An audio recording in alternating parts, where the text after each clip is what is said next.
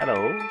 So today I'm going to deal with a revision session for midterm 2 and lab test 2.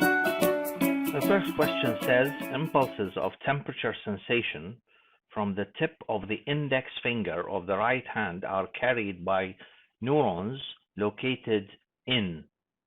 So the neurons are located which part of the nervous system? We have mentioned before that there are two divisions for the nervous system. There is a structural division of the nervous system, which consists of central and peripheral nervous system. And we also have mentioned that there are functional divisions of the nervous system, where it is divided into somatic nervous system, voluntary, whether motor or sensory, and visceral nervous system. Again, there are motor neurons, which constitute the autonomic nervous system, and sensory neurons that transmit information about the internal environment. This is not about the internal environment. It is about temperature sensation. So sensations about external environment, so they are not transmitted by the sympathetic or parasympathetic nervous system. The enteric nervous system, which is also called the brain of the gut, transmits nerve impulses that control reflex activity, and this is not related to the gut at all. It is set temperature sensation from the tip of the index finger, and this is a type of somatic sensations. It is not a visceral sensation. So therefore, if it is carried by the somatic nervous system, then it is not going to be carried by the visceral nervous system, and this option is incorrect. Since the sensation arises from the tip of the index finger, then it's going to include spinal nerves.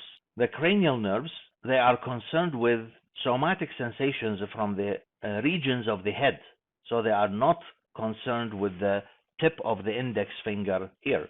Therefore, if they are transmitted by spinal nerves, they are not transmitted by cranial nerves, and this leaves us with the last choice here, and that is the central and peripheral nervous system. The peripheral nervous system is going to transmit the impulses from the tip of the finger by one of these branches of the brachial plexus, and then transmit them into the spinal cord, where the central nervous system is located, and from there the impulses are transmitted to the brain, the central nervous system. So these impulses are going to be transmitted in the peripheral and central nervous systems. Next question, which of the following best describes the neuroglia? Are they less numerous than the neurons? On the contrary, neuroglia, they are more numerous than the neurons. They are about 25 times more numerous than the neurons. So this is incorrect. Are they only present in the peripheral nervous system? Well, we have some neuroglia present in the peripheral nervous system, and these constitute Schwann cells for myelination and the satellite cells, which are located in peripheral ganglia. But the other type of neuroglia, like oligodendrocytes, microglia, astrocytes, and ependymal cells, they are present in the central nervous system. So they are not only present in the peripheral nervous system. Do the neuroglia produce myelin sheath around blood vessels? Actually, the myelin sheath is not produced around blood vessels. Neuroglia, they produce the myelin sheath.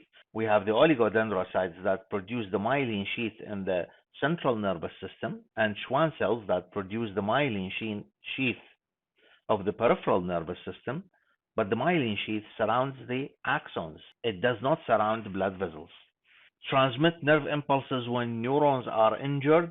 No, they don't transmit impulses.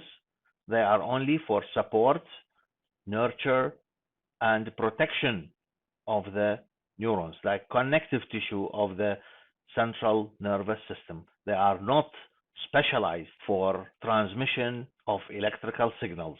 So they can divide, and that is correct. These cells, they can multiply, and that's how they differ from the neurons. So they can maintain their division in the mature nervous system. That's why, for example, if one of the axons is injured in the peripheral nervous system, then the Schwann cells will multiply and create a tunnel through which the growing nerve can pass. And also, rapid mitosis can result in tumor formation, special types of tumors called gliomas. So they can divide, and this is unlike the mature neurons of the nervous system. Which of the following structures is the receptive zone of a neuron? The neuron is formed of a cell body and processes. The receptive zone of the neuron is the dendrites. So that's the receptive zone here. The node of Ranvier is the space which is located here between the myelin sheath and the myelinated neurons. That's the node of Ranvier, and it is necessary for rapid transmission of signals, what we call saltatory transmission signals. They jump from one node of Ranvier to another.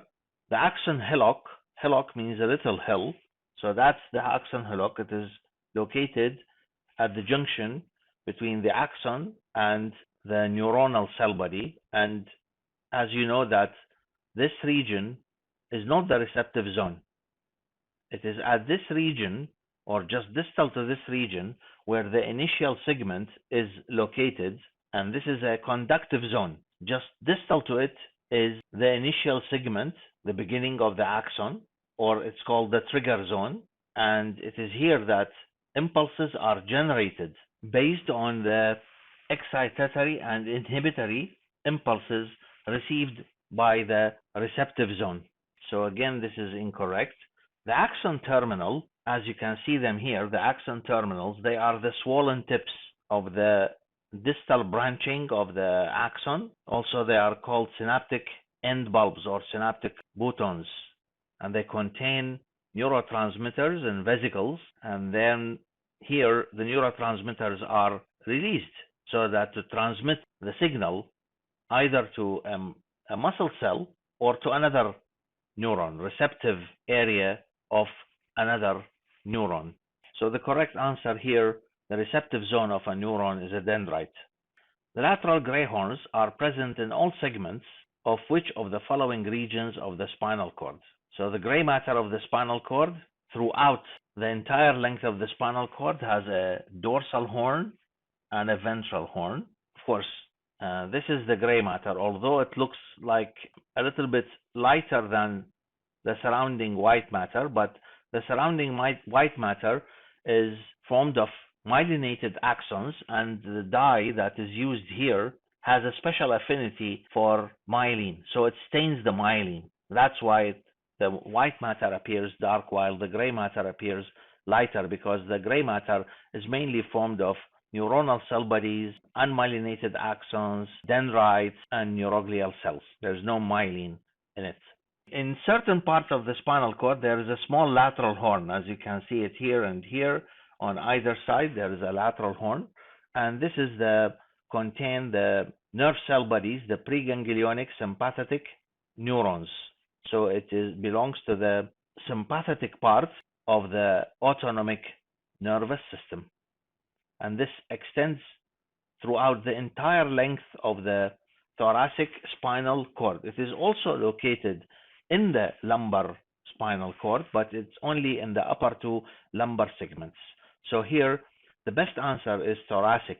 Of course, they are not present in the cervical region, they are not present in the sacral region, and they are not present in the coccygeal region. The sympathetic outflow from the central nervous system is restricted to all thoracic and upper two lumbar spinal cord segments, and the preganglionic sympathetic neuronal cell bodies are located in the lateral horns. The dorsal posterior root ganglion contains cell bodies of what? This is a section of the spinal cord showing the dorsal root ganglion, and as you can see that a ganglion by definition is a collection of nerve cell bodies outside the central nervous system. If it is inside the central nervous system, it will form the gray matter, like in the cortex or in the gray matter of the spinal cord or in the nuclei that are present in the brainstem. So the dorsal or posterior root ganglion, it contains these neurons that are structurally called pseudo-unipolar neurons. They consist of a neuronal cell body with a single process that immediately divides into a peripheral and a central process, as you can see it here in blue. And they are purely sensory neurons. They are not motor neurons. The motor neurons are present here in the anterior horn of the gray matter of the spinal cord. The interneurons are, as their name indicates, they connect between the neurons that are present in different parts of the gray matter of the spinal cord, and they are important for reflex activity. They are not present in the dorsal root ganglion. Both sensory and motor, no, they don't. They are located in separate places, and they do not contain sympathetic neurons, postganglionic sympathetic neurons. The sympathetic neurons, the preganglionic sympathetic neurons, are present in the lateral horn of the gray matter of the spinal cord, and they send their processes through the ventral root of the spinal nerve and then through spinal nerves in regions between T1 to L2 spinal cord segments, and then they leave the spinal cord to go into the ganglion of a sympathetic trunk where they synapse in a ganglion, and from there we have the postganglionic sympathetic neurons. So the postganglionic sympathetic neurons are usually present, not all the time, but they are usually present in the ganglia of the sympathetic trunk, or they might also be present in what we call prevertebral ganglia, but definitely they are not present in the dorsal root ganglia. Arbor vitae, the tree of life. Is it the location where optic nerves cross? Actually, the optic nerves, they cross here in what we call the optic chiasma. So this is not the arbor vitae. Is it the structure that regulates the basic functions such as breathing, rhythm, and heart rate? These are the vital centers, and the vital centers are present in the pons, in the medulla oblongata and in the pons. So they are vital centers, but not the arbor vitae, not the tree of life. Is it the structure that regulates the circadian rhythm? In fact, circadian rhythm is controlled by the pineal gland and by the hypothalamus. Is it the structure that connects the cerebellum to the pons? The cerebellum is connected to the pons by a cerebellar peduncle, middle cerebellar peduncle to be specific. We have 3 pairs of cerebellar peduncles that connect the cerebellum to each of the 3 parts of the brainstem. The superior cerebellar peduncle to the midbrain, the middle cerebellar peduncle to the pons, and the inferior cerebellar peduncle to the medulla oblongata. So it is not the arbor vitae. The arbor vitae is in fact this branching pattern, as you can see it here, of a mid-sagittal section of the cerebellum. The branching pattern of the white matter of the cerebellum. It looks like a tree, and they call it the arbor vitae. The region of the cerebral hemisphere that is responsible for touch proprioception, pain, itch, and thermal sensation is. So this region, which is concerned with these general sensations, general somatic sensations, is called the primary somatosensory area, and it is located in the parietal lobe, in the post-central gyrus to be specific. Here you can see that you have a clue of the central sulcus. So in the front of the central sulcus is the precentral gyrus, and this is related to motor activity. Either the primary motor area C or E is the premotor area, which is concerned with storing information about learned motor activities or developing a motor plan of which muscles are going to contract at the moment. So in other words, it's going to send its information to the primary motor area, and both of them are concerned with motor functions. D is located in the temporal lobe, below the lateral sulcus, and it is concerned with hearing. This is the primary auditory area. And A is located in the occipital lobe and is concerned with vision. So the primary somatosensory area is located here in the post-central gyrus. I would like to remind you that this area receives impulses from the contralateral side of the body. The fibers have crossed from the contralateral side either at the level of the spinal cord or at the level of the medial lemniscus.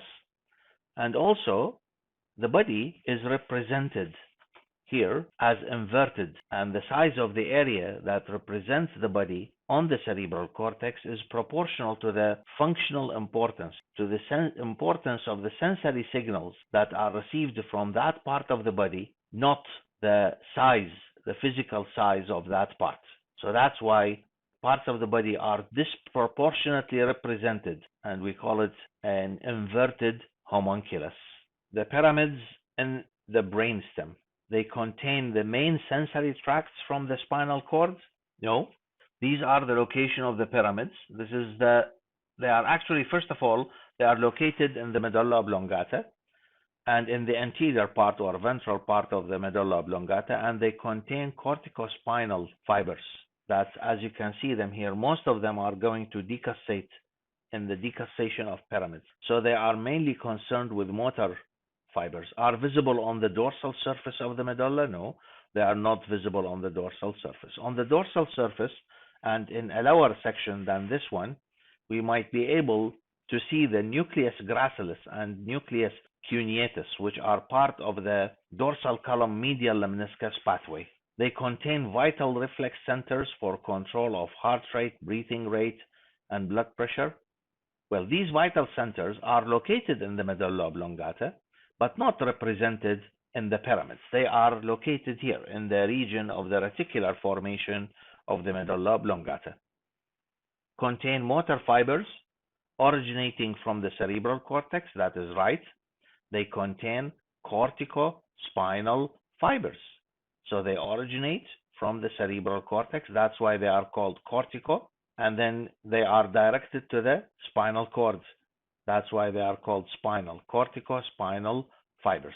And all the pathway crosses, but here, crossing of most of the fibers takes place at the decussation of the pyramids and in the medulla oblongata, and the fibers will form the lateral corticospinal tract, and the remaining fibers that have not crossed, they produce the anterior corticospinal tract that crosses at segmental level in the spinal cord. So they contain motor fibers originating from the cerebral cortex. They do not contain the cerebral aqueduct. In fact, the cerebral aqueduct is a feature of the midbrain, not of the medulla oblongata. The aqueduct is the duct of cerebrospinal fluid that connects between the third and fourth ventricles of the brain. Trigeminal nerve is motor to which of the following muscles? Is it motor to muscles that move the eyeball?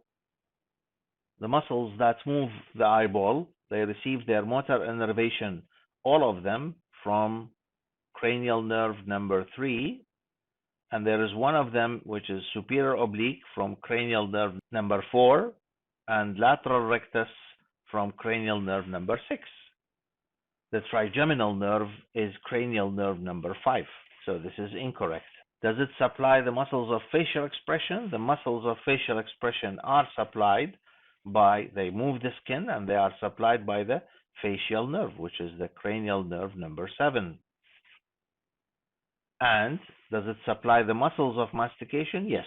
These muscles are also present on the face, but they differ from the muscles of facial expression in that the muscles of mastication, like for example temporalis and the masseter muscle here, they move the mandible, while the muscles of facial expression, they move the skin and produce facial expression. So these muscles that move the mandible, they are supplied by the trigeminal nerve. Do they move the tongue? No, they don't move the tongue. Most of the muscles of the tongue are supplied by the hypoglossal nerve, which is cranial nerve number 12. None of the choices. No, we have the choice. Muscles of mastication. The temporal lobe is separated from the frontal lobe by which of the following structures? Is it the central sulcus? Actually, the central sulcus, as you can see it here, it separates the frontal from the parietal lobes. That's why we have a precentral gyrus in the frontal lobe and the postcentral gyrus in the parietal lobe. The longitudinal cerebral fissure is located here. You can see it from above, and it is located between, if you look at the brain from above, it is located here between the two cerebral hemispheres. That is what we call the longitudinal cerebral fissure. Lateral cerebral sulcus? Yes, it is the lateral cerebral sulcus that is located between the temporal lobe and not only the frontal lobe, but also the parietal lobe. So that's why if we separate the frontal lobe from both the parietal and frontal lobes, then we can see that there is a deep area here, hidden part of the cerebral cortex, which is called the insula. So the correct answer here is the lateral cerebral sulcus. It's not the parieto-occipital sulcus. The parieto-occipital, as the name indicates, it separates between the parietal and occipital lobes, and you can see it mainly on the medial side of the cerebral hemisphere. It is not the transverse fissure, it is the lateral cerebral sulcus. The transverse fissure is a deep fissure. Like this longitudinal cerebral fissure, there is another fissure here that separates between the cerebrum on one side and the cerebellum on the other side. So the correct answer here is the lateral cerebral sulcus. The receptors found in muscles, tendons, joints, and inner ear are called. These receptors, they give a sensation of position. Nociceptors are related with pain. And these receptors, like for example in muscles, we have intrafusal muscle fibers in the muscle spindle. In the tendon, we have Golgi tendon organ, and they are not chemoreceptors. The best answer here is that they are proprioceptors. They give a sense of position, whether this sense is conscious or unconscious proprioception. They are not exteroceptors in that they are not present near the surface of the body, although they receive external stimuli, but they are not present on the surface of the body, and they don't receive senses of touch, pressure, pain, vibration, but they receive the sense of position. So they are not actually exteroceptors. They are not interoceptors because they are not present in like blood vessels or in the viscera. Which of the following has encapsulated nerve endings? Fibrous tissue capsule around the nerve ending. Is it the hair root plexus? Hair root plexus are free nerve endings, actually. So they are not. Merkel's disc, it is the distended part of the axon of the sensory neuron that is closely related to Merkel cell, tactile epithelial cell. And there is no encapsulation here. There is no fibrous tissue capsule around it. The gustatory receptors, they don't have fibrous tissue capsule, but they are present in like a complex arrangement of what we call a taste bud. They are not photoreceptors. The photoreceptors, they are present in the retina. There is no capsule surrounding them. They are specialized cells and located in a very complex sensory structure.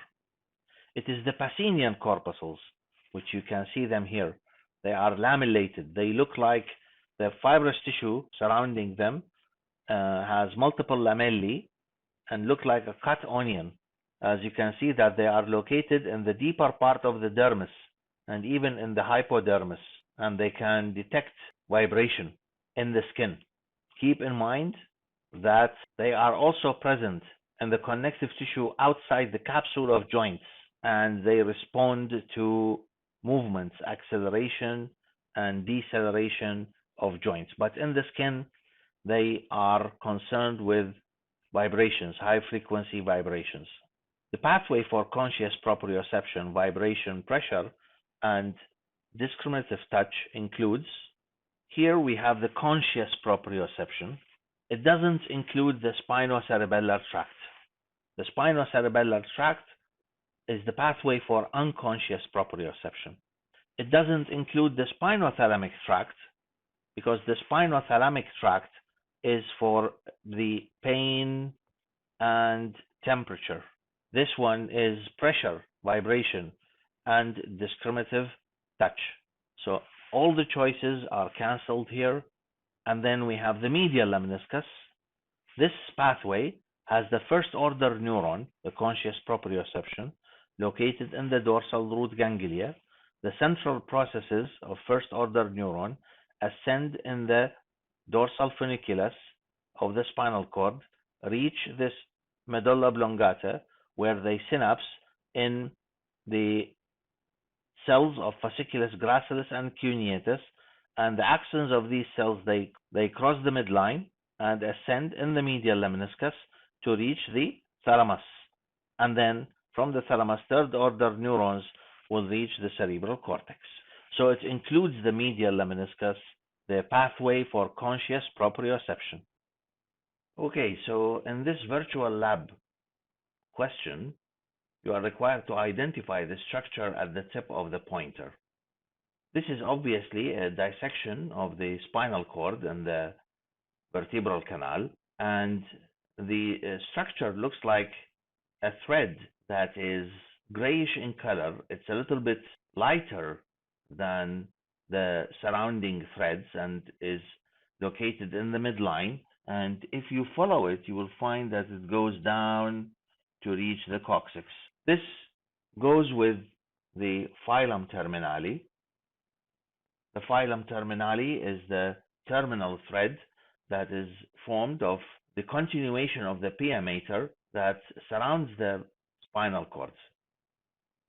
Here you can see in the upper part of the picture that is the termination of the spinal cord. It is tapered a little bit, and this tapering is called the conus medullaris. So this is the conus medullaris here. It is not the structure indicated by the pointer in the question. And it is not the cauda equina. The cauda equina is the entire collection of these spinal nerve roots that are present in the vertebral canal below the level of L1, where the spinal cord terminates at the level of L1, L2, and below that there is no more spinal cord but a bunch of rootlets of spinal nerves until they leave the vertebral canal. The entire bunch looks like a horsetail, and that's why it's called the cauda equina. So it's not the cauda equina. It's not the central canal. The central canal of the spinal cord does not extend here. The filum terminale is just a continuation of pia mater, and the central canal is located within the H-shaped gray matter of the spinal cord, in the center of the gray matter of the spinal cord, and it is not the denticulate ligament. The denticulate ligament is a lateral extension of the pia mater that surrounds the spinal cord. So if this is the spinal cord here, we have lateral extensions of the surrounding pia mater, and then this is the continuation of the pia that is going to form the filum terminale. So these are, they look like teeth. That's why they are called denticulate, and they help anchoring the spinal cord in the vertebral canal, denticulate ligament. So the structure indicated here is not the denticulate ligament. It is the filum terminale. Which of the following cranial nerves is involved in taste sensation from the anterior two-thirds of the tongue? So in the tongue, we have three nerves that are involved in transmission of taste sensation. To start with here, the hypoglossal nerve is a motor nerve, and it supplies the muscles of the tongue. It does not carry any sensory fibers. So this is incorrect. And thus choice E will be incorrect as well because it is all of the choices. So we are left with the three of them. The vagus nerve, the 10th cranial nerve, it carries taste sensation from taste buds that are located on the epiglottis and the soft palate, because the taste buds are not necessarily present on the tongue. So it does not carry taste sensations from the anterior two-thirds. The glossopharyngeal nerve, as you can see here, it carries taste sensory fibers from the posterior third of the tongue. And this will leave us with the facial nerve, which carries the taste sensations from the anterior two-thirds of the tongue. Of course, keep in mind that this is not the only function of the facial nerve, because we have studied also that the facial nerve has motor fibers. For example, it supplies the muscles of facial expression. But in addition to that, it carries other types of fibers. As an example of that is the fibers that carry taste sensation. Which of the following receives sensory information from the utricle and saccule and subsequently sends impulses to the motor cortex of the cerebrum? You will notice here that proprioceptive impulses can arise from muscles and joints, Golgi tendon organ in tendons, muscle spindles in muscles. These are proprioceptors, and as well as the utricle and saccule, which are part of the vestibular system. They contain the macular receptors, which are responsible for static equilibrium. So these information will be delivered to the cerebellum, and you can see here that the cerebellum subsequently is going to send information to the thalamus and then to the motor cortex. This is as corrective feedback also to the midbrain. So this corrective feedback influences movements through its effects on upper motor neurons. So it is the cerebellum. It receives it from the utricle and saccule and subsequently sends impulses to the motor cortex of the cerebrum. The medulla oblongata and the pons, as you can see here in this diagram, they contain vestibular nuclei. So they will receive from the utricle and saccule, but they are going to project to the thalamus, and then from the thalamus to the cerebral cortex, sensory part of the cerebral cortex, the vestibular area in the cerebral cortex. The hair cells associated with the sense of hearing are found in. Are they present in the eardrum? No, they are not present in the eardrum. The eardrum on one side is covered by epidermis. It's a sandwich of connective tissue, and on one side it is covered by epidermis on the external ear, and on the middle ear side, the inner side of the eardrum, it has cuboidal cells, a single layer of cuboidal cells. There are no receptors in the eardrum. The eardrum vibrates. The utricle, it has hair cells, the utricle, but these hair cells are related to equilibrium. They are not related to the sense of hearing, and it is the static equilibrium. The ampulla of the semicircular ducts, again, they have hair cells, but again, they are not for hearing, they are for equilibrium, the dynamic equilibrium. The auditory tube is the tube that connects the middle ear with the nasopharynx, and it does not have any receptors, and it does not have any hair cells. So the hair cells are therefore located in the organ of Corti, in the cochlea here, in the inner ear.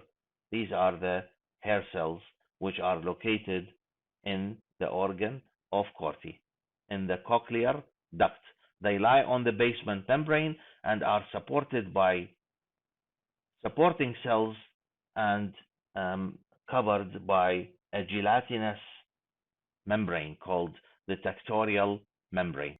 So this is the hair cells for hearing are located in the organ of Corti.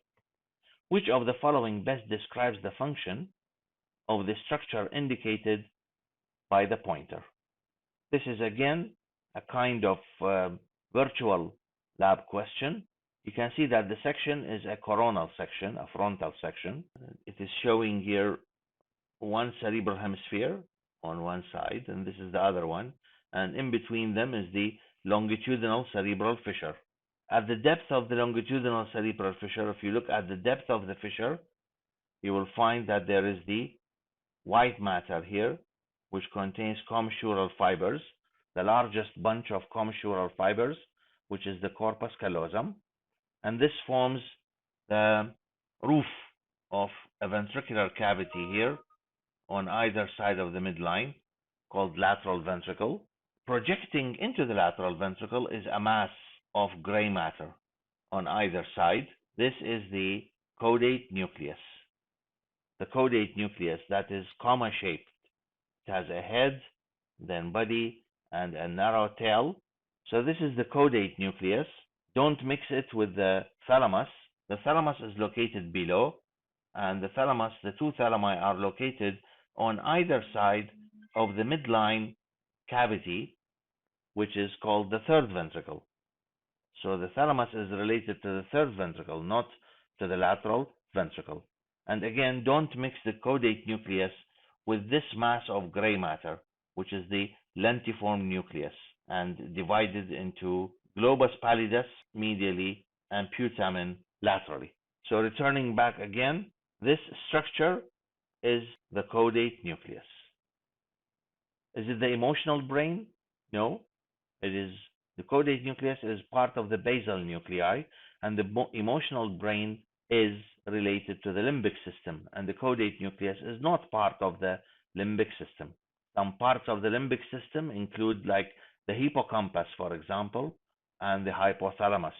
So it is not part of the emotional brain. Does it control the function of the pituitary gland? No. The control of the function of the pituitary gland comes from the hypothalamus.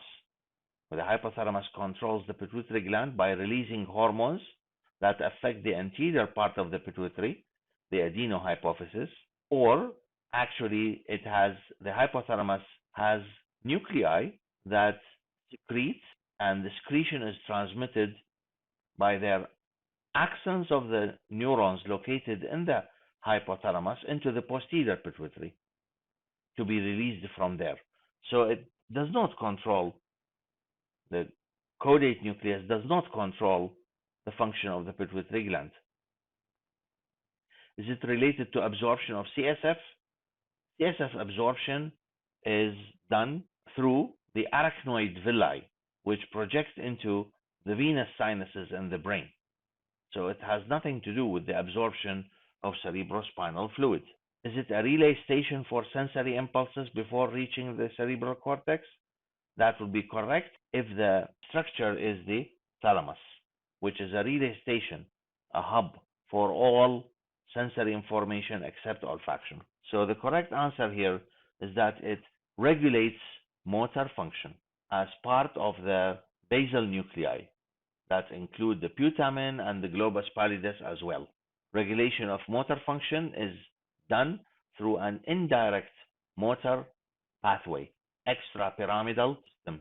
In fact, the basal nuclei are responsible for initiation and termination of movements through their connections with the cortex and the thalamus, and also they are responsible for subconscious contractions like swinging of the arm while walking, and they reduce the muscle tone. That's why damage of the basal nuclei, including the caudate nucleus, which is marked here, results in increased muscle tone and results in tremor, but not paralysis.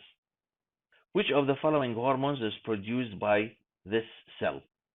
First of all, we have to identify the tissue from which this photomicrograph was prepared. The tissue here is the thyroid gland. You can see here, this is a thyroid follicle, and it contains a homogeneous material in the center, which is called the colloid. And this is a precursor of T3, T4 hormones, and it is surrounded by cells which are clearly simple cuboidal epithelium. These are called follicular cells. they produce the precursor of the thyroid hormone, and they are involved with the synthesis of thyroid hormone. And the entire structure here, the rounded structure, is called follicle. The cell that is indicated by the pointer here is located outside the follicle. So it is not a follicular cell. It is a parafollicular cell. And these parafollicular cells, which are present in the thyroid gland, they produce calcitonin. Calcitonin is involved in the control of the level of calcium in the blood. It decreases the level of calcium in the blood by inhibiting bone resorption by osteoclasts. And characteristically, it is located between the follicular cells. And melatonin is produced by the pineal gland, and this is obviously not a section in the pineal gland. T4 is produced by these follicular cells, and the gland here is the thyroid gland. It's not the parathyroid gland. So the parathyroid gland produces the parathyroid hormone. Parathyroid hormone is also involved in calcium metabolism, but the parathyroid hormone, in fact, it increases the level of calcium in the blood. It acts opposite to the action of the parafollicular cells. It is not testosterone. The section might look like a section in the testis, as we are going to study that later on in block 3. And in the testis, we have the seminiferous tubules, and around the seminiferous tubules, we have interstitial cells that are called Leydig cells, and these produce the testosterone. The structures that secrete follicular stimulating hormone and luteinizing hormone are called, so the follicular stimulating hormone and the luteinizing hormone, they are produced by cells that are located in the anterior pituitary. These hormones, the follicular stimulating hormone and the luteinizing hormone, they affect the gonads, whether the testis or the ovary. They have different effects in males and females, but generally they affect the gonads. So the cells that produce them are called the gonadotrophs. They are not the islets. The islets are present in the pancreas, islets of Langerhans, that are responsible for the production of insulin, glucagon, somatostatin, and pancreatic polypeptide. The acini, these are structures that form part of exocrine glands, not endocrine glands. So they are not related to hormones whatsoever. Acini are distended portions that contain cells that produce secretions that go into ducts, secreted by ducts. So they are not endocrine. Pinealocytes, they are present in the pineal gland, and the pineal gland secretes melatonin. It does not produce gonadotrophins. And the pituitary, these are the cells that are located in the posterior pituitary gland. So this is the anterior pituitary, which is 75% of the pituitary gland.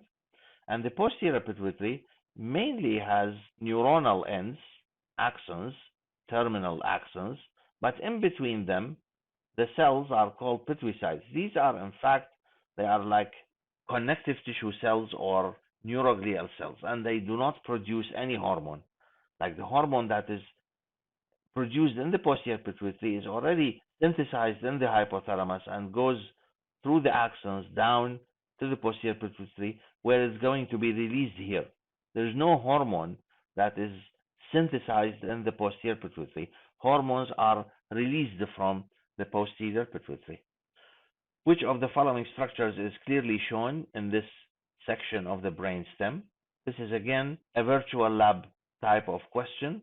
We can see here the cerebellum, and this is the part of the brainstem. Remember that the brainstem is connected to the cerebellum by superior, middle, and inferior cerebellar peduncles, which connect the midbrain, pons, and medulla oblongata, respectively, to the cerebellum. So this part could be any of the three parts of the brainstem. The pyramid is located in the medulla oblongata. And this does not look like a medulla oblongata. Look at the profile of it. You can see here, that's the profile. It doesn't look like a medulla oblongata. Is it a central canal? Okay, we can see a canal here, but the central canal is a feature of the spinal cord, and definitely this is not a spinal cord. Putamen is part of the basal ganglia, so we will not find it here. We find it in the putamen that we have just seen in the coronal section of the cerebrum. Pontine nuclei should be present in the pons, and this is not the pons. In fact, this is the midbrain, and to make sure that it is the midbrain, you can see the dark substance here on either side. This is the substantia nigra, a characteristic feature of the midbrain, and also there is another feature of the midbrain which you can see here, and this is the cerebral aqueduct that connects the third and fourth ventricles, and also posteriorly you can see the colliculi, either superior or inferior colliculus, and anteriorly you can see the cerebral peduncle, the white matter here that descends down to contain corticospinal and corticobulbar fibers as well as corticopontine fibers. But the characteristic feature that you can see here, and you are quite sure that this is a midbrain, is the presence of the substantia nigra, these cells that contain melanin pigment, the cells that are going to be destroyed in case of Parkinson's disease, and so they will appear much paler than this. So the correct answer is substantia nigra is shown in this part of the brainstem, which is the midbrain. Which division normally has longer preganglionic and shorter postganglionic nerve fibers? We studied that in the autonomic nervous system, the pathway from the central nervous system to the effector organ is a 2-neuron pathway. Preganglionic, the cells are present in the central nervous system, and postganglionic neurons, which are located in ganglia in the peripheral nervous system.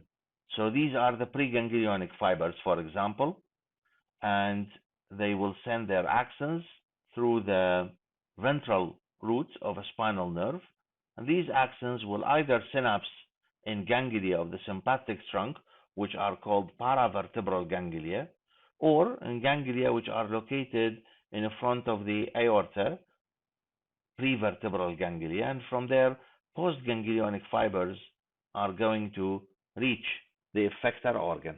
So the ganglia in the sympathetic nervous system are located away from the effector organ. So the postganglionic nerve fiber is long. In the parasympathetic nervous system, as you can see here, the preganglionic is located in, for example, here in the spinal cord segments S2, 3, and 4, and the fibers will pass through this spinal nerve, and then they reach along the blood vessels, they reach the wall of the structure that they are going to supply. For example, here it is the urinary bladder, and then they synapse in the wall. So the ganglion cells, the postganglionic neurons, are located in the wall of the structure that is served by these neurons. Same thing is true for the if it was parasympathetic fibers supplying a piece of intestine, like small intestine or large intestine. It means that the postganglionic fiber is short, while the preganglionic fiber, as you can see it here, is long. This is true in the parasympathetic nervous system. It is not in the sympathetic. In the sympathetic, the postganglionic neuron is located away from the structure it supplies, either in the prevertebral or paravertebral ganglia. In the somatic nervous system, we have only one neuron involved. We don't have preganglionic and postganglionic fibers. We have upper motor neuron and lower motor neuron, and both of them are located in the central nervous system. But the pathway from the central nervous system to the effector organ is a single neuron pathway, not 2-neuron pathway like in the autonomic nervous system. Both sympathetic and parasympathetic doesn't work. Both somatic and sympathetic doesn't work. So the correct answer here is that The parasympathetic division of the nervous system normally has longer preganglionic and shorter postganglionic nerve fibers because the postganglionic neurons are located in the wall of the structure they supply. Which of the following cells convert light rays to nerve impulses? So these therefore are photoreceptors, and they are not the bipolar cells. We already have bipolar cells, as you can see them here in the retina. They are not pigmented cells. The pigmented cells are also present in the retina, but they absorb the stray light and sharpen the image. They are not photoreceptor cells. Ciliary muscle cells. The ciliary muscle is present here. It controls the thickness of the lens. The pupillary muscle are located in the iris, and they control the diameter of the pupil. So this leaves us with the rods, either rods or cones. So the rods are responsible for detecting the shades of gray in dim light. They are the more numerous. And the cones, which are less numerous than the rods, they are responsible for detecting color vision in bright light. But both of them are photoreceptive cells that convert light rays to nerve impulses. These nerve impulses are going to be taken by the bipolar cells and then transmitted to the ganglion cells. And it is the ganglion cells that are the axons of the ganglion cells are going to form the optic nerve. Thank you.